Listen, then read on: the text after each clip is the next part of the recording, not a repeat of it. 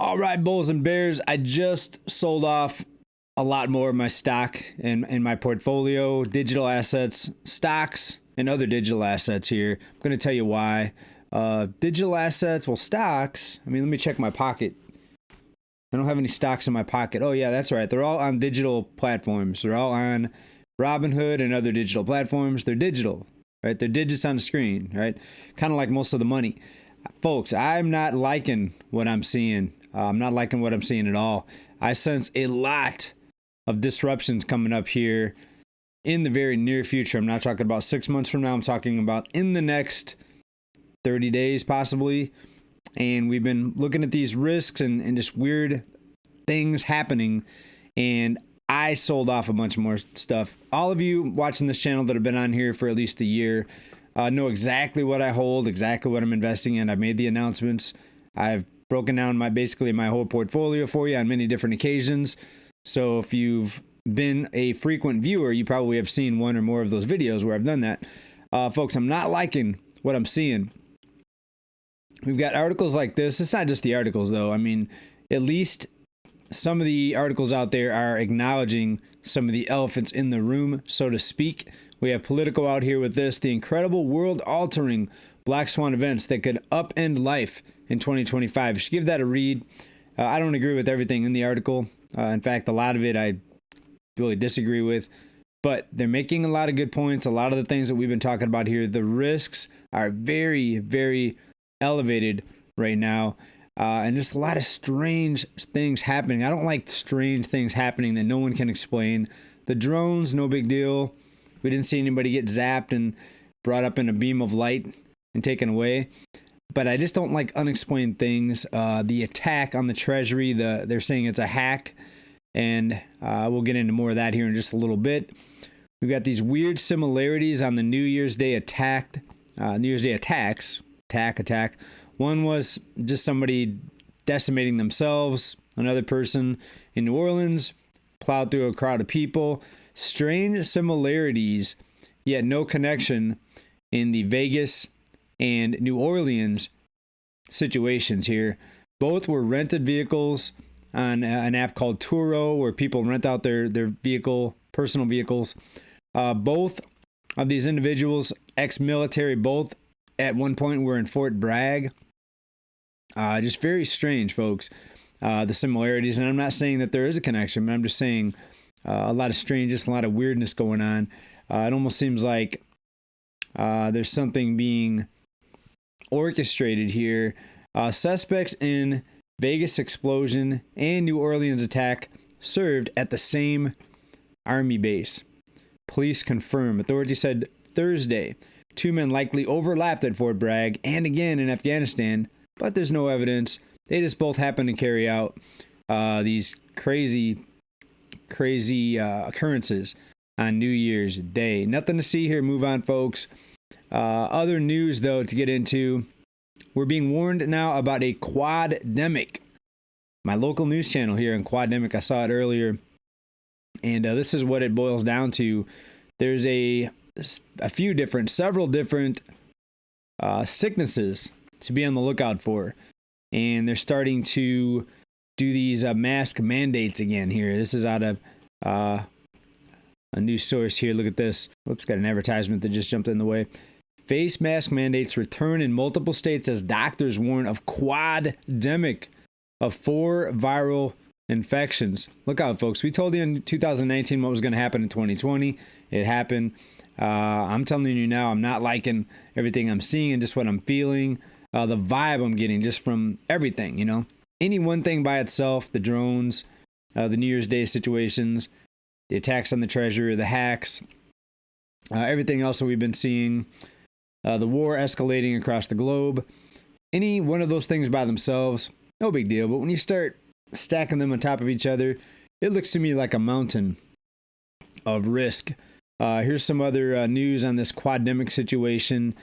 Norovirus, RSV, flu threat combine post-holiday surge. Health experts are sounding the alarms over a quad-demic. So a bunch of different types of illnesses all breaking out at the same time. Very interesting at the timing, considering we have a new administration coming up here, scheduled to take power here in January. And I want to highlight the word scheduled to take power. And we have other reports out here, back to the whole Treasury hacking situation. Computers of senior U.S. Treasury leaders accessed in this hack. What to know about the string of hacks, folks. This is very, very interesting. And I've been telling everybody to brace for a while. Of course, some people start listening to this and they say, this guy's cuckoo crazy. Nothing ever happens. Well, folks, things are happening all the time. You just have to keep an eye on the patterns. And also, if you think nothing's happening, look at the cost of living, folks. This is a crisis that no one is acknowledging. And by the way, the car sales that we talked about in our last video, car sales hit a 5-year high for new vehicles. And something I knew about and had talked about before, but I forgot. And somebody down in comments actually reminded me about how manipulated the sales numbers are with cars. And of course, we all know that everything's manipulated. All the different sales numbers, the GDP numbers based on spending and debt, the unemployment numbers, cherry pick numbers, even the car sales. Here's from Muddy River Dogs from comment on this channel. Yes, the dealers bought a lot of cars. Check out the lots. They're full. They are counted as sold when the dealer takes them, not when they are really sold. So it's very interesting the way they skew the numbers. And I believe I've read that in multiple places before, what Muddy River Dogs is telling us there. Somebody else in comments said, somebody not using their name, just a weird screen name. I suspect it's mainly the dealerships buying the cars. He's correct. They are overflowing with inventory and even holding them in parking lots far away. I talked about this right here on this channel when I bought a vehicle. When did I buy it? The summer of 23. They had to go get my car from a different lot here in San Diego. They had to go get it from a different lot. I'm sitting there waiting like 20 minutes. First of all, I walked around the lot trying to find the car I wanted to test drive. It was a Honda Pilot. Couldn't find it. I'm like, where's the car? Oh, let me go get it. 20 minutes later, it comes back from a different lot. Turns out they have an overflow lot. And for those of you that didn't hear my description of this, a lot of car dealers are getting excess inventory and they're using these vacant commercial lots and buildings and parking lots as excess overflow lots for their inventory, right? So if they know people are loaded up on debt, why would they be loading up on so many vehicles? What's the deal? Why aren't they cutting prices if they have so much inventory? Do they expect some sort of interest rate cut or some other debt forgiveness where people are going to be able to, en masse, again, go out and buy a bunch of cars? So it's very interesting. And yes, they do manipulate the numbers, the sales numbers as well. And read the comments on this channel because I give you information, but all the time I see information that's added to what I'm saying. People in comments, very, very smart on this channel. Please check comments down below. A lot of very smart insiders and people in the business. Right? This person said he worked at a car dealer, so he knows the situation with the sales. And I've read that before many times. And yes, even though they're counted as sales when they're delivered to the dealers, sitting on the lots are counted as sold already, it's still the backbone of all this, the cause of all this, is the credit coming from the banks that are allowed to give out basically endless loans, and they don't have to worry about actually going bust. So there's a constant boom, but no bust until something big enough drops, which I am, again, being cautious about, that you see the whole thing come down. The scary part is not the whole thing coming down. It's the quote-unquote rescue that comes in and pushes the cost of living up, and it's the floor that they put under the prices. Remember, housing would have been twice as bad in 2020. The bust would have been twice as bad as 2008, 9, and 10, but they put a floor under it with all the market interventionist programs that were applied and implemented. Now, still on the topic of real estate for just a couple minutes here, mortgage demand dove 22% to end 2024. Folks, this is with over 2,000 down payment assistance programs nationwide. You would have witnessed a complete decimation of the real estate industry if it weren't for these down payment assistance programs and corporate buyers. Don't forget corporate buyers. But yes, this is decimated, and 2,000 plus down payment assistance programs is one of the lifelines that's been thrown out to this industry here, being the real estate industry. Mortgage figures are seasonally adjusted. The annual comparison shows considerable weakness. And in fact, I read another report that this was the worst seasonal slowdown in 2 years.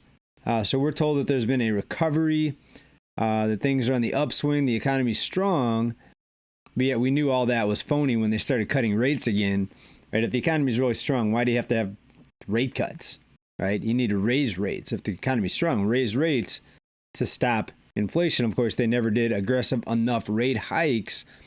But more importantly, they never stopped the banks from loaning out money. The banks are completely deregulated still from 2020, something hardly anyone is even talking about in the financial news world, unfortunately. Now, back to real estate for a minute. I should really talk a lot more about real estate. It is actually the backbone of this channel. It's the real estate reports that actually got this channel started. And then I started branching out as people continued to show interest in different topics more than just real estate. But let's just bring up some listings here in San Diego. I mean, San Diego, the real estate bubble here is just as big as most other large cities. But California is on its own league of housing bubble. Look at this, 1,150 square feet, $1,149. Let me just bring this up here. Listing out of Redfin here. 1,150 square feet, $1,150. Let's take a look at this home here. Is this $1.15 million to you? When you look through this, nice, remodeled, but 1,100 square feet, folks. How many pictures do we have? 19, we're on 12 right now. Will we even have a backyard? I'm big on backyards. Okay, nice, remodeled, new floors. Okay, there's the backyard. Not bad, mostly rock. It's kind of hard to grow grass in California, so it looks like the fake grass there. Okay, pretty good sized backyard. But 1,100 square foot home, you got room for maybe 2 cars. You're going to have to park on the street if you have friends come over to visit or family come over to visit, it looks like. Unless you use the garage for the cars, which hardly anybody does in California. My garage is actually filled with a bunch of stuff. Tools. I'm looking around my garage right now, actually. Exercise equipment. A keyboard that I really hardly play anymore, but I use it to make those songs that you sometimes hear in the outro. Stationary bike, elliptical machine, whole bunch of more tools, bins full of stuff that I probably should sort through and start donating stuff. Hardly anyone in California uses their garage for parking. So what I'm saying is these people are probably going to end up parking in the driveway because you don't get enough house for your money. People have to use the garage to store stuff in, for the most part, not everybody. What do you think about that? To me, this is completely bonkers, folks. The price people are paying for homes here in California. Let's look at a couple more here. We got $875,000 row home here, so no garage to park in. Where do you even park at? It's probably some shared parking lot in the back. There's a bargain. $595,000, 4-bedroom, 2-bath, 1,080 square feet, a condo, and you're going to be paying $375 a month HOA, folks. Almost $600,000 for basically an apartment. 4-bedroom, that is a nice number of bedrooms. But $600,000 for an apartment, no thanks. 1-bedroom, 1-bath, $375,000, folks. San Diego zip code there. Let's see what else we got here. Let's look for more single-family ones. $740,000, 3-bedroom, 2.5-bath. $480 HOA, so when it's an apartment for $740,000, 1336 square foot. It's not the worst, folks. New York prices are even more into the stratosphere than San Diego, but it's all overpriced. Real estate everywhere is overpriced because of the banking system, because of the way money is loaned out. Remember, the banks have a zero reserve requirement. Also, remember, we're either double or triple. I'd have to check the actual number. We're double or triple the government coming in and buying mortgages more now than the housing bubble back in 2007, 8, 9 when the housing bubble was going up and then came down. We're double, at least double, closer to triple now of government buying the mortgages, the HOA loans, the government-backed mortgages, buying the mortgages from the non-bank lenders. And people are still scratching their head wondering how home prices can be so high and how they can not come down. people are looking at the prices. They're thinking, okay, the bubble should have bursted a long time ago. Folks, not if this continues.